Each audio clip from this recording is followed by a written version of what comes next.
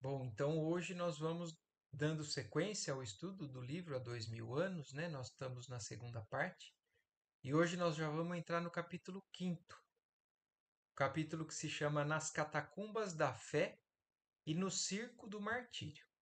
Na semana passada a gente terminou o capítulo Tragédias e Esperanças, finalizou o capítulo inclusive com a aparição de Simeão, né, para Lívia, falando que estava próximo, né, é, a entrada dela no reino de paz e de harmonia. E aí nós vamos dando sequência a partir daí. E só lembrando também o detalhe de que Públio Lentulus foi, na verdade, foi dito para ele por parte de Calpurnia que a Lívia é inocente de tudo que ele sempre julgou e ele acredita agora nisso, apesar de toda a dureza dele, né?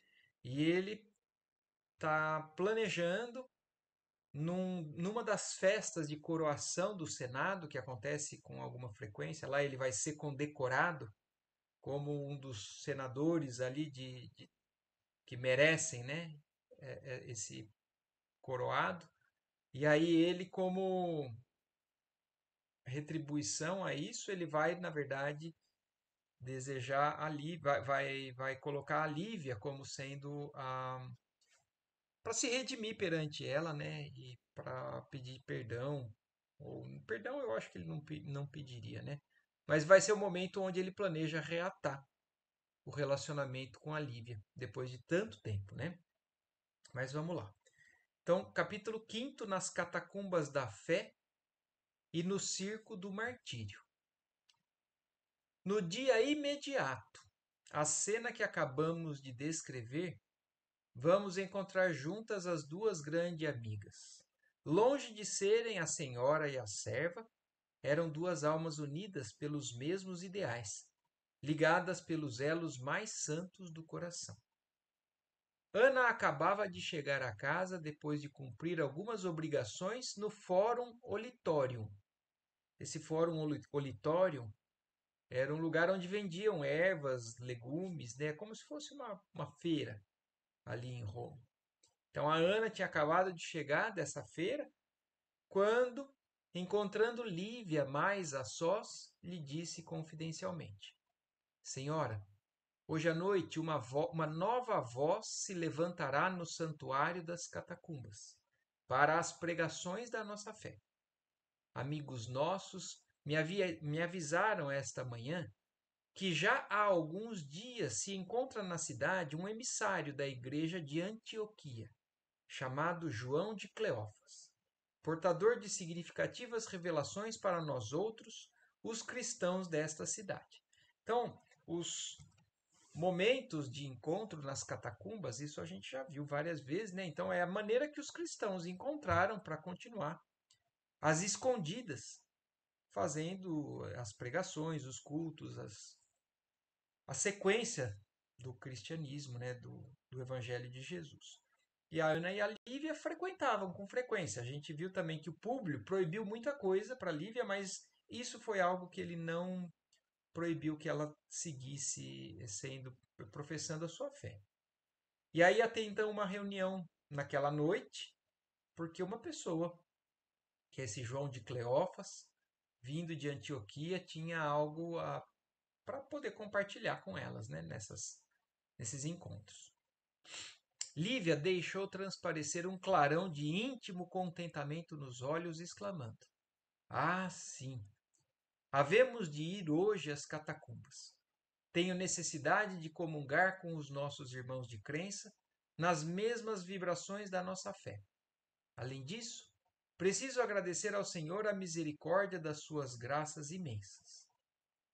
E elevando um pouco a voz, como se desejasse comunicar à amiga o santo júbilo de suas esperanças mais íntimas, exclamou com terno sorriso a lhe irradiar no semblante calmo: Ana, desde a morte de Calpurnia, noto que Públio está mais sereno e mais esclarecido. Nesses últimos dias, tem-me dirigido a palavra com a ternura de outros tempos. Olha como realmente Públio tem realmente uma compreensão diferente por parte da abertura que a Calpurnia deu, né? Havendo-me afirmado ainda hoje, e a Lívia então já está percebendo isso, que seu coração me reserva doce surpresa para amanhã, depois da sua vitória suprema na vida pública. Então é como se fosse um coroar, né, que ele vai receber da profissão dele, é a glória, né, na profissão dele. E aí ele já deixou a entender para a própria Lívia isso. Então algo ele está reservando que é bom para ela. Sinto que é muito tarde para que seja novamente feliz neste mundo, mas, em suma, estou intimamente satisfeita, porque nunca desejei morrer em desarmonia com o companheiro que Deus me concedeu para as lutas e alegrias da vida. Então ela sente uma conquista muito grande, um conforto muito grande, né? Por ele ter quebrado aquela dureza toda, né? Mas ela não sente que ela vai ser feliz nessa vida ainda. Não mais, né? Depois de tudo que aconteceu, depois de tudo que ele fez, né, por ela e tudo mais. E ela ainda segue falando para Ana, né? Acredito que nunca me perdoará o crime de infidelidade que julga haver eu praticado há 25 anos. Mas choro de contentamento ao reconhecer que Públio me sente redimida ante a severidade de seus olhos. Então ela conhece ele a ponto de achar, né, o perdão completo. Ela acha que não vai ter, mas alguma coisa modificou e já é suficiente para Lívia, né?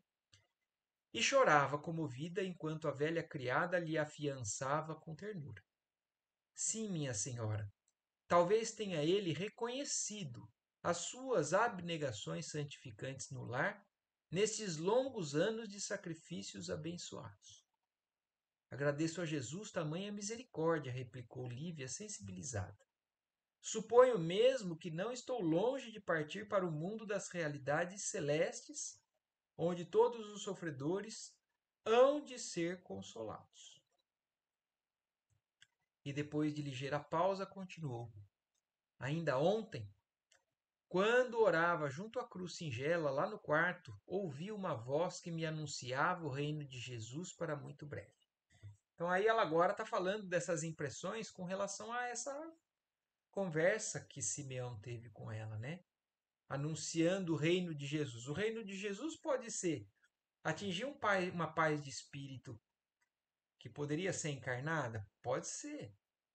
Mas a entrada do reino celeste pode ser que ela tenha entendido como a partida dela, né? Então muita coisa pode ser. Isso já é como um pressentimento para Lívia de que talvez seja a partida dela. Mas sem certeza, né? E pensando na questão de que Públio está se sensibilizando, conversando com a Ana. Ouvindo-a, Ana lembrou-se subitamente de Simeão e das horas que antecederam os seus sacrifícios, mergulhando-se em dolorosas cismas. Porque o Simeão também, vocês lembram? O Simeão também pressentiu. Tanto é que ele leva elas, esconde elas lá dentro daquele esconderijo lá, porque ele também tinha tido algum pressentimento muito forte, alguma comunicação, e é o que a Lívia está sentindo. Suas recordações remontavam ao passado longínquo, quando a voz de Lívia novamente a despertou nestes termos. Ana, dizia como com as heróicas decisões da sua fé. Não sei como serei chamada pelo Messias, mas, na hipótese de minha breve partida, peço-te continuares nesta casa, no teu apostolado de trabalho e sacrifícios, porque Jesus há de abençoar-te os labores santificantes.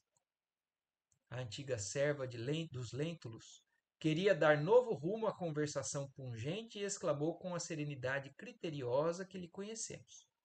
Senhora, sabe Deus quando vos partirá primeiro, Sabe Deus qual de nós partirá primeiro? Quer dizer, querendo desconversar e mudar de assunto, fala assim: a gente não pode falar assim, eu tô com a morte próxima, porque só Deus sabe, né? Então, ela tenta mudar o assunto, fala: esqueçamos hoje esse assunto para pensar tão somente nas suas santificadas alegrias. E como para encerrar a angustiada impressão daquela palestra íntima, rematou perguntando confidencialmente: então iremos hoje, de fato, às catacumbas? Sim, fica combinado.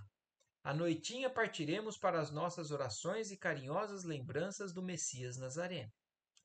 Tenho necessidade desse desafogo espiritual após os longos meses que estive retida junto à minha nobre Calpurnia. Além disso, desejo pedir aos nossos irmãos que orem comigo por ela, testemunhando ao mesmo tempo ao Senhor meu sincero agradecimento pelas suas graças divinas. Ao partirmos, peço-te, me atives a memória, pois quero levar ao novo apóstolo uma espórtula destinada à igreja de Antioquia. Se amanhã Públio vai receber o supremo galardão do homem do mundo, quero rogar a Jesus, não lhe abandone o coração intrépido e generoso, para que as vaidades da terra não o inibam de buscar algum dia o reino maravilhoso do céu. Então, olha isso, ela está envolvida, né, nesse sentimento de realmente ir nessa reunião, nas catacumbas, para agradecer, para pedir, e inclusive pelo espírito do Públio, né, que apesar de todo o endurecimento dele, que isso não impeça que Jesus continue dando a atenção a ele. Então, um pedido direto da Lívia para seguir, né, acreditando e cuidando também do senador. Assim entendidas, separaram-se na azáfama dos misteres domésticos. E enquanto o senador, durante todo o dia, tomava providências numerosas para que nada faltasse ao brilho pessoal do seu grande triunfo no dia imediato, Lívia passava as horas de alma voltada para o Cristo em preces fervorosas. Então, imaginem, né? Dá para a gente ter uma noção do que é um evento como esse, que o Públio iria ser condecorado. Dá para a gente ter um pouco de noção como eles também se preparavam. Olha, fala isso, ó, o senador, durante todo o dia, tomava providências para que não faltasse o seu brilho pessoal naquela noite. Então, imagine, é como se ele estivesse se preparando, né, se embelezando, se não sei o que, que ele pode fazer, né, para isso, naquela época, mas demonstra aí no texto que ele foi se cuidar, se preparar para a festa que aconteceria no dia seguinte. E Lívia, em orações constantes, né, coração voltado a Jesus. À noitinha, consoante combinaram, lá se foram à secreta reunião das práticas primitivas do cristianismo. Todos os servos graduados do palácio viram-nas sair sem preocupação nem surpresa. Quer dizer, já não era de se estranhar a saída da Lívia com a Ana durante a noite ou no final do dia. Não somente por conta da presença dela nessas reuniões, mas a gente tem que lembrar que por 8 meses, se eu não me engano, né, foram o tempo que a Lívia ia cuidar da Calpurnia. Passou todo esse tempo, como foi falado, né? Quase que diariamente cuidando da Calpurnia. Em todo o longo período da moléstia de Calpurnia, Lívia e Ana nunca mais haviam fixado a sua presença no interior do lar, e não seria de estranhar que ambas houvessem deliberado buscar a residência dos severos naquela noite, de onde possivelmente não voltariam senão no dia seguinte, depois de confortarem o espírito abatido de Flávia no desdobramento de seus fadigosos encargos domésticos. Então era algo que não era atípico. Primeiro por conta do cuidado que elas tinham com a Calpurnia, e agora, depois da partida da Calpurnia, ainda era a casa dos amigos queridos e não diferente, porque com relação à filha dela. A filha dela morava lá. né, na casa dos Severos, com o Plínio. Foi assim que as horas passaram tranquilas e descuidadas. E quando o senador se aproximou dos aposentos da esposa, antegozando as profundas alegrias esperadas para o dia seguinte, presumiu no pesado silêncio ali reinante a significação do seu calmo repouso nas asas leves e cariciosas do sol. Então o Públio até foi, né, com cuidado ali no quarto da Lívia, mas não sabia. Ninguém avisou ele porque não era novidade. E ele viu tudo quieto, de como eles não dormiam no mesmo quarto, achou que ela já estava descansando para o dia seguinte. E ele também, com a expectativa grande para o dia seguinte, imaginando que Lívia descansava na paz soberana da noite, Públio Lentulus recolheu-se ao seu gabinete particular, com o cérebro referto de radiosas esperanças, no propósito de se penitenciar de todos os seus erros do passado. Então, olha o envolvimento, a ideia, né? O envolvimento espiritual, emocional ali que estava pairando na casa. Lívia, porém, em companhia de Ana, aproveitara-se das primeiras sombras da noite para atingir as catacumbas. Passava das 19 horas quando ambas se ocultavam entre as pedras abandonadas que davam acesso aos subterrâneos, onde se amontoava a velha poeira dos mortos. Eu fico imaginando até que tipo de ambiente era esse, né, que os cristãos se encontravam. Porque a gente sabe que a catacumba é o cemitério da época, mas como é que era isso? Tinham acessos subterrâneos, tinham então galerias subterrâneas, porque a gente vai ver pela descrição, era muita gente que se reunia ali embaixo. Mas de que maneira, né, que era isso? Era o cheiro disso? Eu fico imaginando tudo isso, né? De qualquer forma, era o local onde eles conseguiam se encontrar e não despertar muita atenção daqueles que questionavam, daqueles que condenavam a essas práticas cristãs. Num vasto espaço abobadado, olha isso, é um lugar grande ali, nos acessos subterrâneos das catacumbas, que servia outrora de as assembleias das cooperativas funerárias, reunia-se grande número de pessoas em torno da figura simpática e generosa do culto pregador que chegara da Síria distante. A um canto, erguia-se improvisada tribuna para onde, daí a minutos, subia João de Cleófas, dentro do halo de doçura que lhe aureolava a singular individualidade. O apóstolo de Antioquia trazia à cabeça os primeiros cabelos brancos e toda a sua figura estava saturada de forte magnetismo pessoal. Então era uma figura importante, né? Iluminada, um cristão que tinha, né, a sua importância, que ligava intimamente a sua personalidade a quantos se lhe aproximavam, levados pela doce afinidade da crença e dos sentimentos profundos. Todos os presentes pareciam empolgados por sua palavra sedutora e impressionante, que se fez ouvir por quase 2 horas sucessivas, caindo no coração do auditório como orvalho sublime da eloquência celeste. Conceitos elevados, proféticas observações ressoavam pelas arcadas silenciosas e sombrias, fracamente iluminadas pela claridade de algumas tochas. Eu também não tenho como deixar de pensar, né? Imagine, Jesus veio e partiu. E se não fossem por essas criaturas iluminadas, o cristianismo não tinha seguido. Não tinha chegado até nós, pelo menos da maneira que chegou.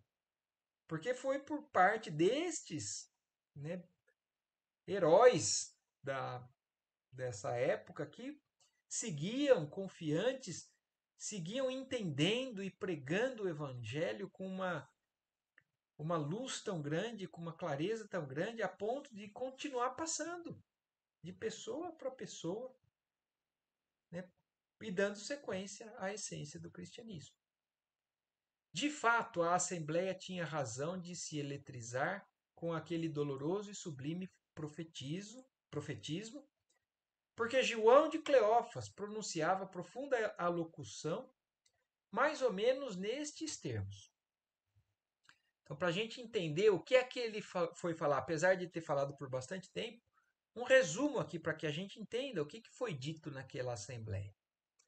Irmãos, seja convosco a paz do Cordeiro de Deus, nosso Senhor Jesus Cristo, na intimidade de vossa consciência e no santuário do vosso coração.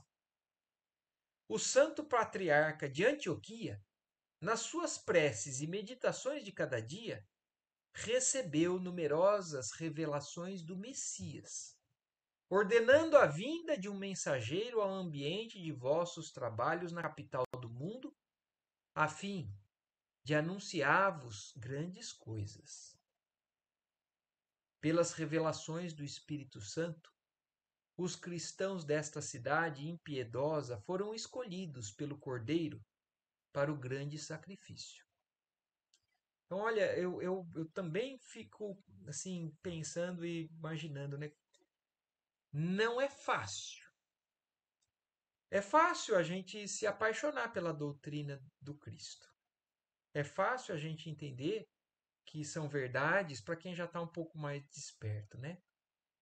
Mas o que não é fácil é na hora que fala assim, agora vai ter um grande sacrifício. Agora, Jesus escolheu vocês para testemunhar um grande sacrifício. Já era difícil, imagina. Como é que as pessoas se comportavam? Eram todos que entendiam ou não? A gente vai ver que não. Alguns se assustavam, alguns se exaltavam, e alguns eram aqueles que seguravam a vibração, seguravam o ensinamento, mantinham, né, de alguma maneira o espírito cristão ali no meio. Mas então vamos seguir ouvindo o que o João de Cleófas está falando. Então, pelas revelações do Espírito Santo, os cristãos dessa cidade foram escolhidos pelo Cordeiro para o grande sacrifício. E eu vos venho anunciar nossa breve entrada no reino de Jesus, em nome dos seus apóstolos bem-amados. Olha como ele está falando. Eu vos venho anunciar a nossa entrada. Ele está se incluindo, ele veio de longe para falar que alguma coisa vai acontecer e nós vamos estar aceitando isso. Sim, porque aqui onde todas as glórias divinas foram escarnecidas e humilhadas pela impenitência das criaturas, se hão de travar os primeiros grandes embates das forças do bem e do mal, preludiando o estabelecimento definitivo no mundo da divina e eterna mensagem do Evangelho do Senhor. Isso já era algo que a espiritualidade superior tinha como prever que iria começar a acontecer por conta da postura dos governantes, do que era previsto que eles fizessem.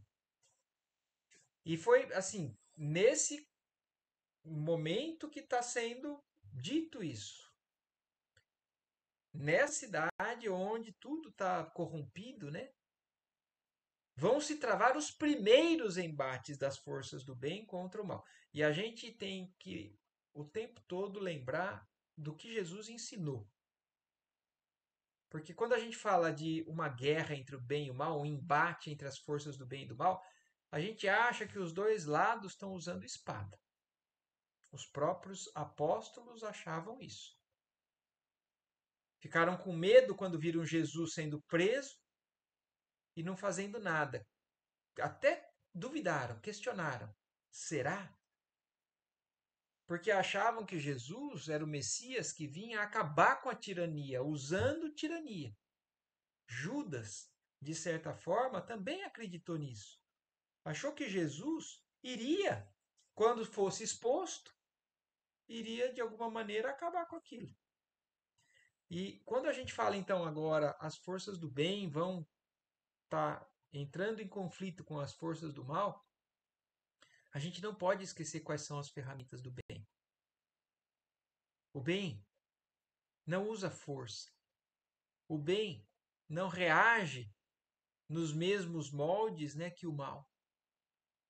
Então Jesus mostrou, comprovou tudo o que ele falou, o que ele mostrou no começo, justamente quando ele foi submetido a essas tais provações e mostrou a serenidade, a paz, né, de um cordeiro, verdadeiro cordeiro.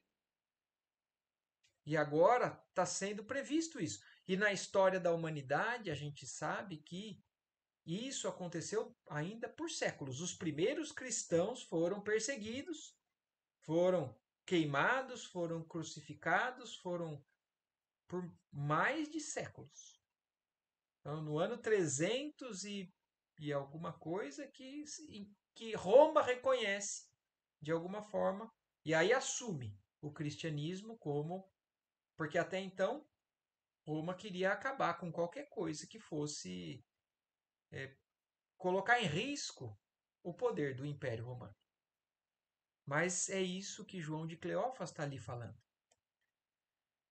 Na última reunião geral dos crentes de Antioquia, manifestaram-se as vozes do céu em línguas de fogo, como aconteceu nos dias gloriosos do cenáculo dos apóstolos. Então, mais uma vez, vozes ecoaram ali na igreja de Antioquia. Então, da mesma maneira que aconteceu logo depois que Jesus partiu, né? No dia de Pentecostes. E agora, falando, repetiu-se isso. Depois da divina ressurreição do nosso Salvador lá naquela época, e o vosso servo aqui presente foi escolhido para emissário dessas notícias confortadoras, porque as vozes celestes nos prometem o reino do Senhor em breves dias. Então, João de Cleófas estava falando esse tipo de notícia. Amados, acredito que estamos em vésperas dos mais atrozes testemunhos da nossa fé, pelos sofrimentos remissores. Mas a cruz do Calvário deverá iluminar a penosa noite dos nossos padecimentos. Eu também tive a felicidade de ouvir a palavra do Senhor nas horas derradeiras da sua dolorosa agonia à face deste mundo. E que pedia a ele, meus queridos, senão o perdão infinito do Pai para os algozes implacáveis que o atormentavam? Então ele está falando, eu vi Jesus se comportando diante dessa tirania. E o que ele pediu? Senão o perdão para aqueles que não sabem o que fazem. Sim, não duvidemos das revelações do céu. Verdugos inflexíveis rondam nossos passos e eu vos trago a mensagem do amor e da fortaleza em nosso Senhor Jesus Cristo. Roma batizará sua nova fé com o sangue dos justos e dos inocentes. Vamos lembrar aqui também mais um detalhe que foi falado no capítulo anterior. Vocês se lembram que o marido, né, da Aurélia, ele se matou por conta do novo imperador, que é Nero, que começou com uma série de medidas extremamente abusivas, tiranas, né, e autoritárias. E aí é Nero, então, quem está reinando no império, e é o que agora o cristianismo está prevendo por parte de informações, comunicações mediúnicas do alto, né? Roma batizará sua nova fé, quer dizer, a fé do novo imperador, com o sangue dos justos e dos inocentes. Mas também importa considerar que o Cordeiro imáculo de Deus Todo-Poderoso se imolou no madeiro infamante para resgatar os pecados e aviltamentos do mundo. Então, se é o que provavelmente vai acontecer para todos ali, o que ele está falando, é o que ele está afirmando, para que eles não se esqueçam de qual foi o ensinamento de Jesus.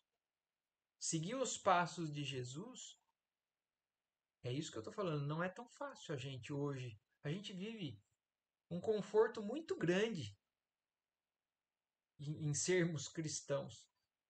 A gente não passa por essa possibilidade, né, de alguém querer que a gente entre num espetáculo de morte, em que eu tenho que ir e tenho que aceitar. Eu fico tentando imaginar a, a fortaleza, o tamanho desses primeiros cristãos, né? E ele segue falando: andaremos, talvez, nestas vias suntuosas como em novas ruas de uma Jerusalém apodrecida, cheia de desolação e de amargura. Clamam as vozes celestes que aqui seremos desprezados, humilhados, vilipendiados e vencidos. Mas a vitória suprema do Senhor nos espera, além das palmas espinhosas do martírio, nas claridades doces do seu reino, inacessível ao sofrimento e à morte. Então, se ele está prevendo tudo isso de dificuldade, ele também está lembrando qual é a promessa para aquele que conseguir passar por isso como verdadeiro cristão, que é todo o, o fim, né, materialmente falando, mas a aquisição dos bens celestes de maneira mais sublime. Lavaremos com o nosso sangue e as nossas lágrimas a iniquidade destes mármores preciosos. Mas um dia, irmãos meus, toda esta Babilônia de inquietação e de pecado ruirá fragorosamente, ao peso de suas misérias ignóbeis. Um furacão destruidor derrubará os falsos ídolos e confundirá as pretensiosas mentiras dos seus altares. E é como Jesus falou, né? O império nada mais é. Ele fala inclusive para Públio. Vocês lembram no começo do livro, quando o senador está de frente do Cristo e o senador fala: Mas quem é você perante o império? E Jesus fala: Tudo isso é poder que o tempo leva para baixo. Não vai sobrar pedra sobre pedra. E a verdade é essa: o Império Romano acabou. E Jesus está firme, forte na humanidade, cada vez mais sendo consolidado. Mas e aqui, então, ele está falando, né? Um dia tudo isso vai ser destruído. Tormentas dolorosas do extermínio e do tempo farão chover sobre este império poderoso as ruínas da pobreza e do mais triste esquecimento. Os circos da impiedade hão de desaparecer sob um punhado de cinzas. O fórum e o senado dos impenitentes hão de ser confundidos pela suprema justiça divina, e os guerreiros orgulhosos desta cidade pecadora rastejarão um dia como vermes pelas margens do mesmo Tibre que lhes carreia a iniquidade. Aqui falando justamente do que a gente sabe, né, com o Espiritismo. A ação e reação de tudo, o que se semeia é o que se colhe. Então, todos eles, que apesar de estarem triunfando no mundo, o tempo não vai eximi-los, né, do compromisso, da responsabilidade de tudo que eles fizeram. E então, esses mesmos que hoje estão aqui em cima, um dia, pela lei de retorno da vida, pela lei dos resgates, vão estar rastejando, vão estar, infelizmente, sofrendo muito. Mas é a justiça divina que não falha. Por quê? Porque quer corrigir, porque não quer punir. Porque quer fazer com que eles também tenham chance, e é só assim. Então, novos Jeremias hão de chorar sobre os mármores a piedosa luz da noite. Os suntuosos palácios destas colinas soberbas e donosas cairão em penoso torvelinho de assombros e sobre os seus monumentos de orgulho, de egoísmo e vaidade, gemerão os ventos tristes da noite silenciosas e desertas. Felizes todos aqueles que chorarem agora, por amor ao Divino Mestre. Olha, isso daqui é exatamente o fim, né, do Sermão da Montanha, quando fala das bem-aventuranças. Quando Jesus termina, né, as bem-aventuranças, fala: bem-aventurados os que têm sede de justiça e que padecem em meu nome. Porque aqueles que realmente falam, não, é isso que eu quero, é isso que eu vou seguir. E mesmo que a multidão não entenda, então choram agora por amor ao Divino Mestre. Felizes todos estes, venturosos todos os que derramarem seu sangue pelas sublimes verdades do Cordeiro, porque no céu existem as moradas divinas para os bem-aventurados de Jesus. Falava a voz suave e terrível do emissário da igreja de Antioquia, e suas palavras ressoavam no profundo silêncio das abóbodas ermas. Cerca de 200 de pessoas ali se encontravam ouvindo atentamente. Olha aqui, ó. Olha essa informação para a gente ter uma noção da quantidade de gente que desciam nessas catacumbas e do tamanho que era esse ambiente. 200 pessoas estavam ali ouvindo o João de Cleófas. Quase todos os cristãos presentes choravam, embevecidos. No íntimo das almas pairava uma exaltação suave e mística, fazendo-lhes sentir as doces emoções de todos aqueles apóstolos anônimos que tombaram nas arenas ignominiosas dos circos para cimentar com sangue e lágrimas a edificação da nova fé. Depois das profecias singulares e dolorosas que encheram todos os olhares de clarões indefiníveis de alegria interior, na antevisão do glorioso reino de Jesus, João foi consultado por numerosos confrades a respeito de vários assuntos de interesse geral para a marcha e o desenvolvimento da nova doutrina, tal como acontecia nas primeiras assembleias do cristianismo nascente, e a todos atendia com as mais francas expressões da bondade fraterna. A gente não pode esquecer também essa questão do tempo, né? Essa é uma era 25 anos depois já da morte do Cristo. Foi o tempo que passou, que estava sendo descrito. A morte de Calpurnia foi 25 anos depois da morte de Jesus. 25 anos de sofrimento da Lívia em tudo aquilo que aconteceu entre ela e Públio. E então os primeiros cristãos que sofreram aquelas primeiras descrições, inclusive no livro Paulo Estevão, seguem ainda as lutas. E então, depois de tudo aquilo que o João Cleófas falou, ali o grupo estava perguntando sobre a continuidade, sobre os projetos, sobre os planos.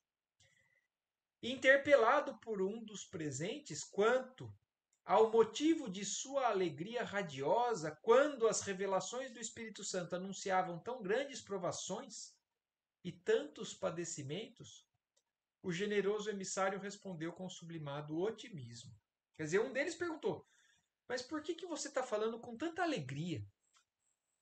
Se a previsão foi de padecimento e provação. E ele responde: sim, meus amigos, não podemos esperar senão o sagrado cumprimento das profecias anunciadas, mas devemos considerar com júbilo que se Jesus permite aos ímpios a realização de monumentos maravilhosos, como os desta cidade suntuosa e apodrecida, que não reservará ele, na sua infinita misericórdia, aos homens bons e justos, nas claridades do seu reino?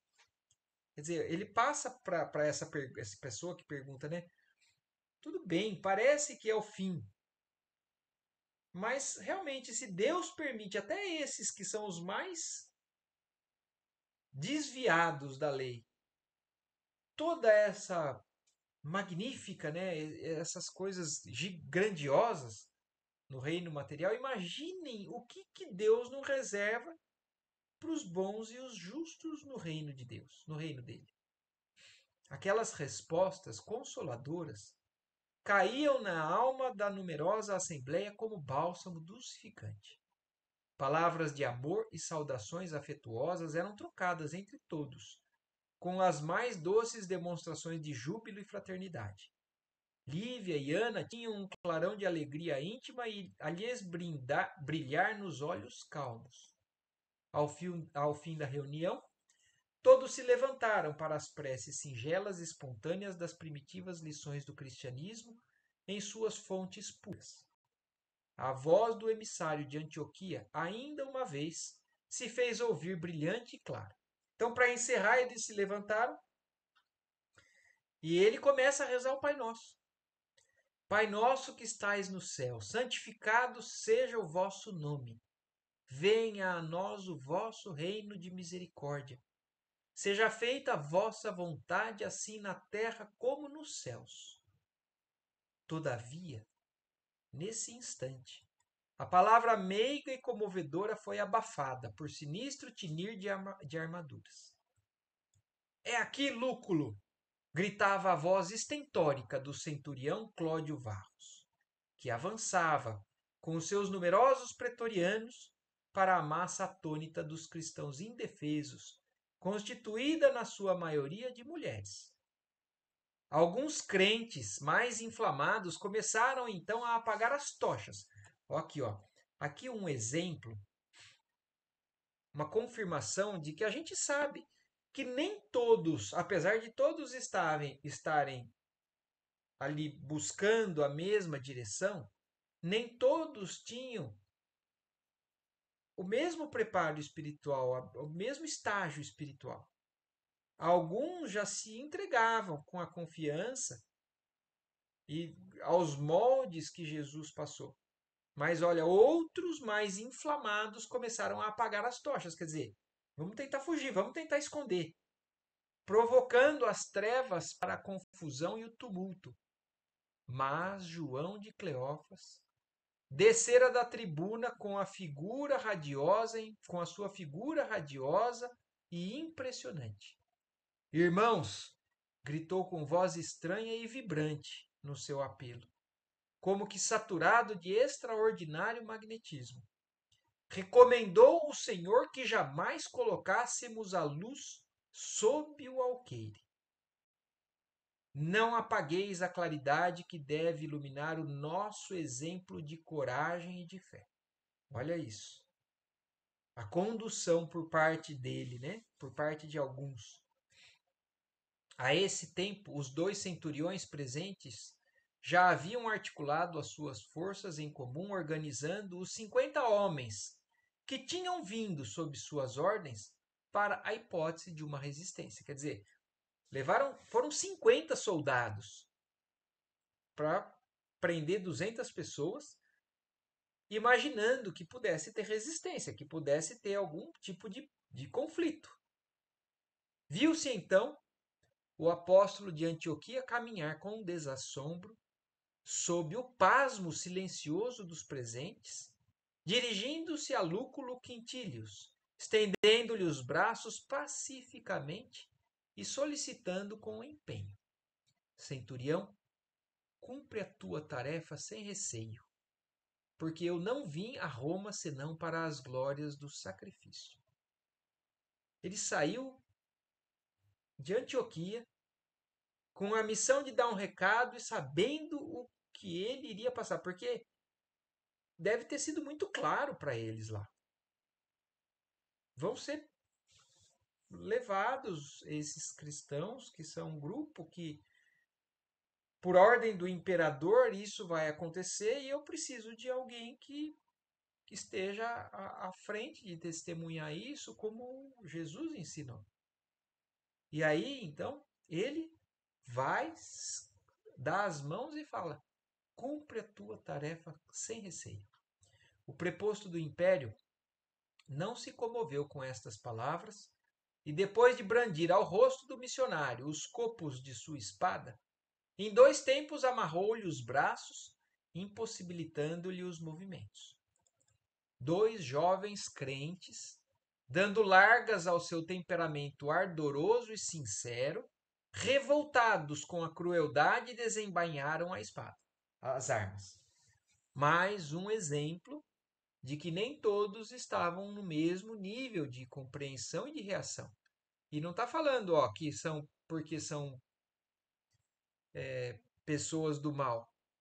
São jovens com temperamento ainda explosivo, ardoroso, mas é sincero. Da mesma maneira que aconteceu quando Jesus foi preso.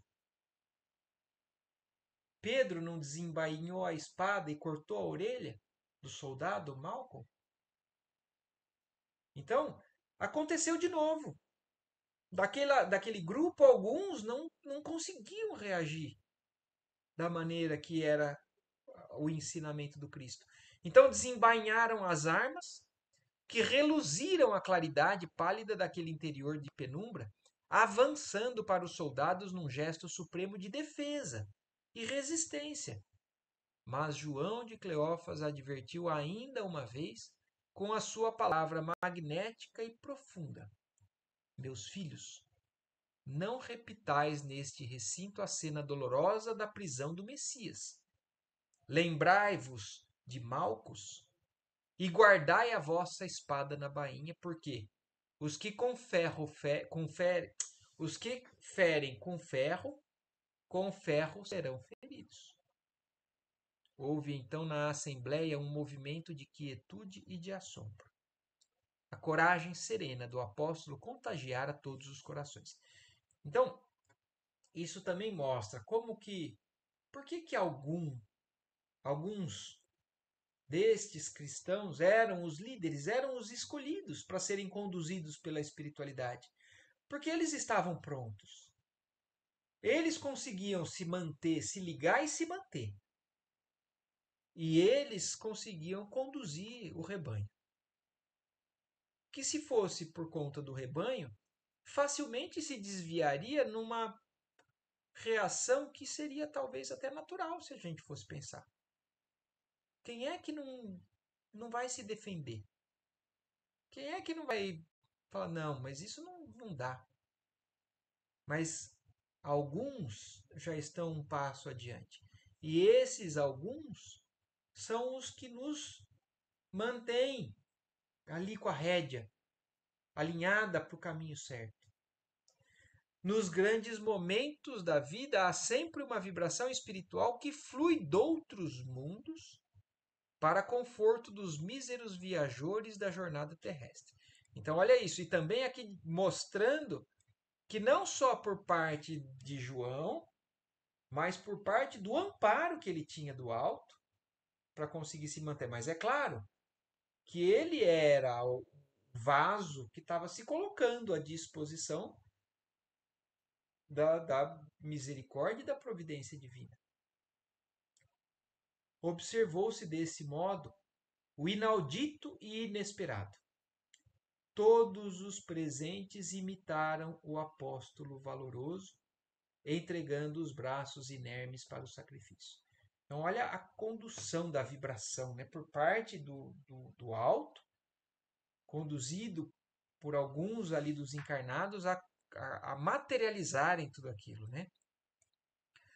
No seu doloroso momento, Lívia enchera-se de uma coragem que nunca havia possuído. Então, até Lívia está no meio e todos ali se entregam. Diante da sua figura nobre e da sua indumentária de patrícia, detiveram-se longamente os olhares significativos dos verdugos. Então, mas, apesar dela estar ali, se entregar e ser presa, de alguma maneira a vestimenta dela, né, chamou a atenção daqueles que estavam ali prendendo. Naquela assembleia, era ela a única mulher que ostentava as insígnias do patriciado romano. Cláudio Varros cumpria sua tarefa algo respeitoso e daí a minutos, apesar da caravana estava a caminho da prisão dentro das sombras espessas da meia-noite. Ela foi notada, ela foi observada, né, com uma atenção diferente, mas cumpriu-se a ordem que vinha do alto do império. Cláudio Varros levou todos presos para alguma coisa. A gente não pode esquecer. Por que, que aquela prisão aconteceu naquele momento, né? Essa grande festa que estava sendo preparada ali por parte do imperador. Então, eles nessas festas, eles tinham que ter entretenimento. Então, o imperador tinha suas loucuras, suas convicções, suas maldades. Então, por ordem do imperador, recolha esses cristãos porque eles vão servir no espetáculo. E seguiram, então, essa caravana a caminho das dependências ali do circo, né? O cárcere onde os cristãos iam passar tantas horas ao relento, em angustiosa promiscuidade, que de algum modo representava para eles suave consolo, ficava anexo ao grande circo. Então um local ali ao lado, anexo ao grande circo, sobre cujas proporções gigantescas somos obrigados a deter nossas vistas, dando ao leitor uma fraca ideia da sua grandeza. Eu achei interessante, muito interessante esse comentário de Emmanuel aqui no fim desse parágrafo. Ele falou assim: as proporções gigantescas do circo nós somos obrigados a descrever aqui para vocês terem uma fraca ideia da grandeza do que era aquele local. E aí ele descreve, olha, o circo máximo era como era chamado o local onde aconteceria aquilo. Ficava situado justamente no vale que separa o Palatino do Aventino, que são as duas principais regiões ali, né, do Império de Roma naquele local. Erguendo-se ali como uma das mais belas maravilhas da cidade invicta.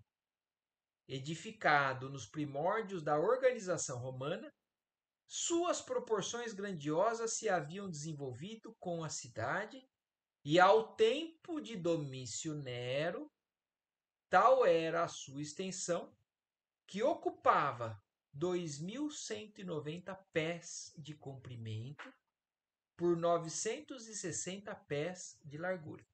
E se a gente então for converter isso em metros, o tamanho desse circo, que como foi dito aí, já existia, mas na era aí do imperador Domício Nero, isso foi adquirindo uma extensão ainda maior.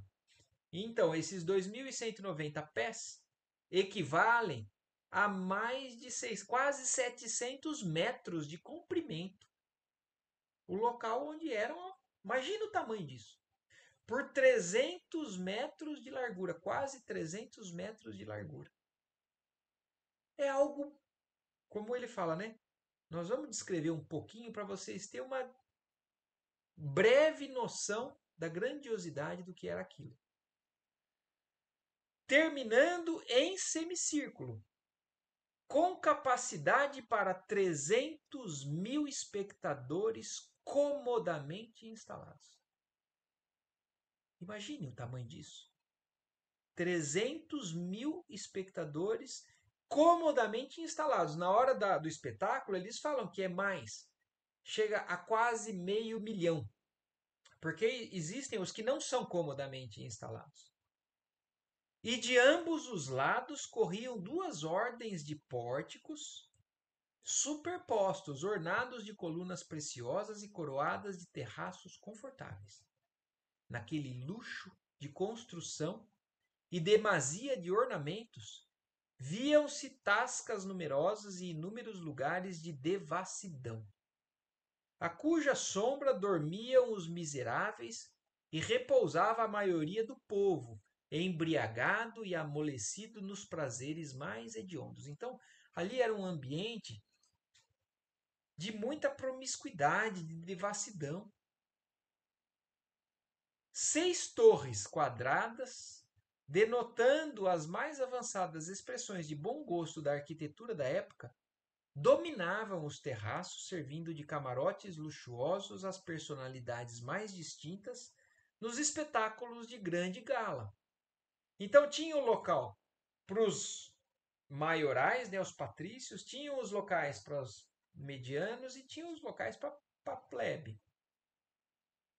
Largos bancos de pedra dispostos em anfiteatro corriam por 3 lados, localizando-se em seguida em linha reta o espaço ocupado pelos cárceres, de onde saíam os cavalos e os carros, bem como escravos e prisioneiros, feras e gladiadores, para os divertimentos preferidos da sociedade romana.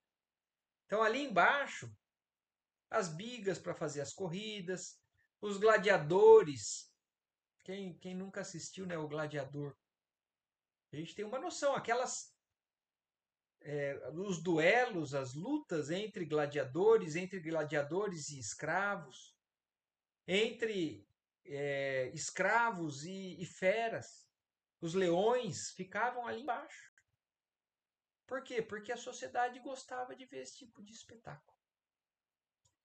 E será que é muito diferente ainda hoje? A gente ainda vê uma preferência muito grande, né, de assistir um filme onde um bate no outro, mata o outro. Uma preferência muito grande em espetáculos de luta, de pancadaria, de todo tipo de entretenimento que eu tenho certeza que no mundo mais para frente não vai existir. Não vai existir competição, não vai existir nenhum tipo de abuso, né, por parte de um ser humano com relação a outro, mas isso era o que a sociedade romana gostava de ver, assistir, era como eles se divertiam. Sobre os cárceres erguia-se o suntuoso pavilhão do imperador, de onde as mais altas autoridades e áulicos acompanhavam o César nos seus entretenimentos. A arena era dividida longitudinalmente por uma muralha de 6 pés de altura por 12 de largura, erguendo-se sobre ela altares e estátuas preciosas que ostentavam bronzes finos e dourados. É, é gigantesco imaginar o que é isso. Como lá atrás isso foi construído, né? Bem no centro dessa muralha, imprimindo um traço majestoso de grandeza ao ambiente, levantavam-se à altura de 120 pés o famoso obelisco de Augusto, dominando a arena colorida de vermelho e de verde, dando a impressão de relva deliciosa que se tingisse subitamente de flores de sangue.